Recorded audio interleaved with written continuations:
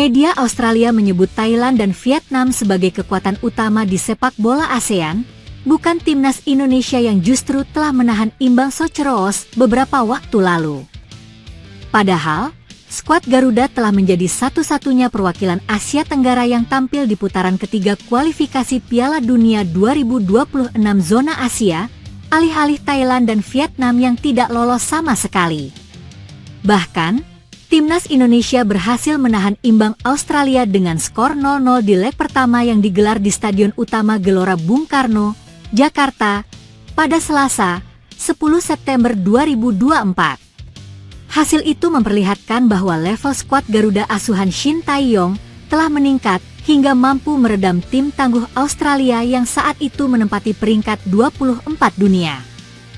Kendati demikian, salah satu media Australia yakni The Roar seakan tutup mata atas pencapaian gemilang timnas Indonesia sejauh ini di kualifikasi Piala Dunia 2026 zona Asia.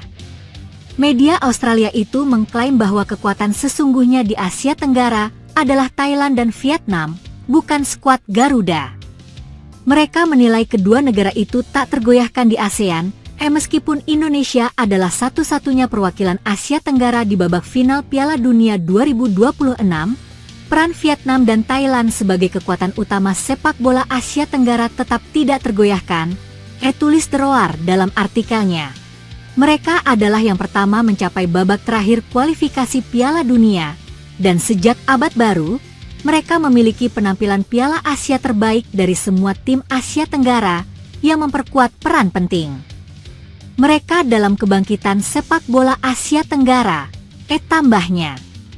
Bahkan, Indonesia menjadi satu-satunya negara Asia Tenggara yang sudah dipastikan tampil di semua level Piala Asia mendatang, yakni Piala Asia 2027, Piala Asia U20 2025, dan Piala Asia U17 2025. Bagaimana meningkatkan kekuatan laki-laki 13 kali bahkan pada 69 tahun namun, The Roar terus membanggakan Thailand dan Vietnam yang telah memiliki sejarah di kualifikasi Piala Dunia edisi sebelumnya meskipun tetap mengakui kemenangan timnas Indonesia atas Arab Saudi. Menambah kredibilitas, Thailand adalah tim Asia Tenggara pertama di babak final dan, meskipun mereka tidak pernah menang dengan hanya 6 kali seri, menyiapkan panggung bahwa sepak bola Asia Tenggara benar-benar dapat bersaing, tulis The Roar. Vietnam menjadi yang kedua yang bergabung dengan fase ini tetapi mereka adalah yang pertama menang. Kemenangan heroik 3-1 atas Cina, sebuah tonggak sejarah yang baru saja dipecahkan oleh kemenangan Indonesia yang terkenal 2-0 atas Arab Saudi, tambahnya.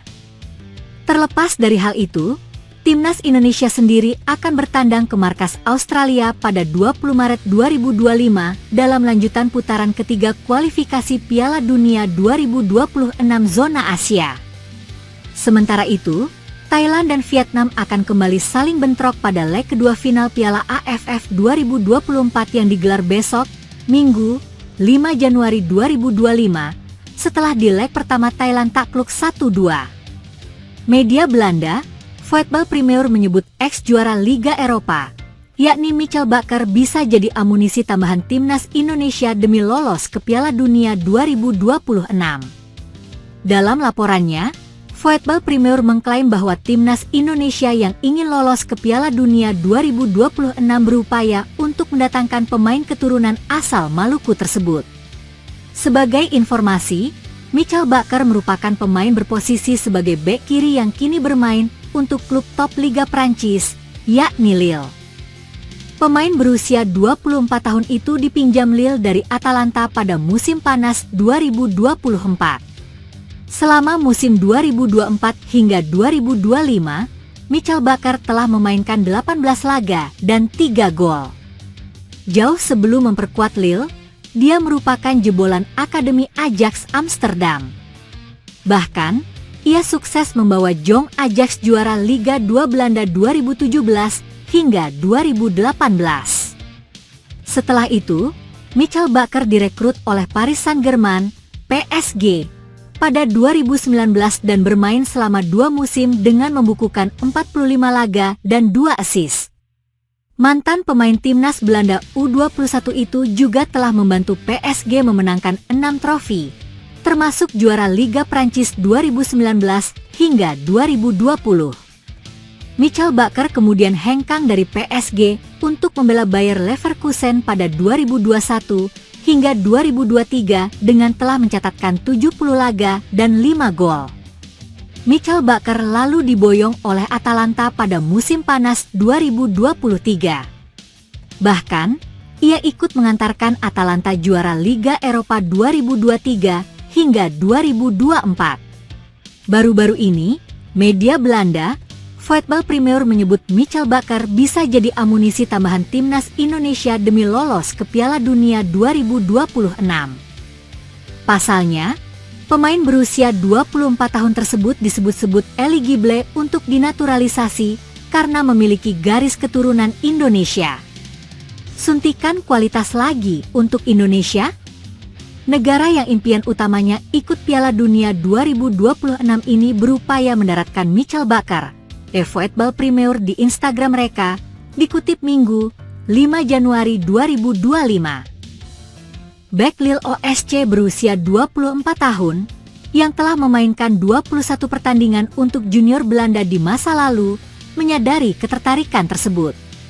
Masih belum jelas tanggapannya, apakah Indonesia akan lolos ke Piala Dunia 2026? Tambahnya.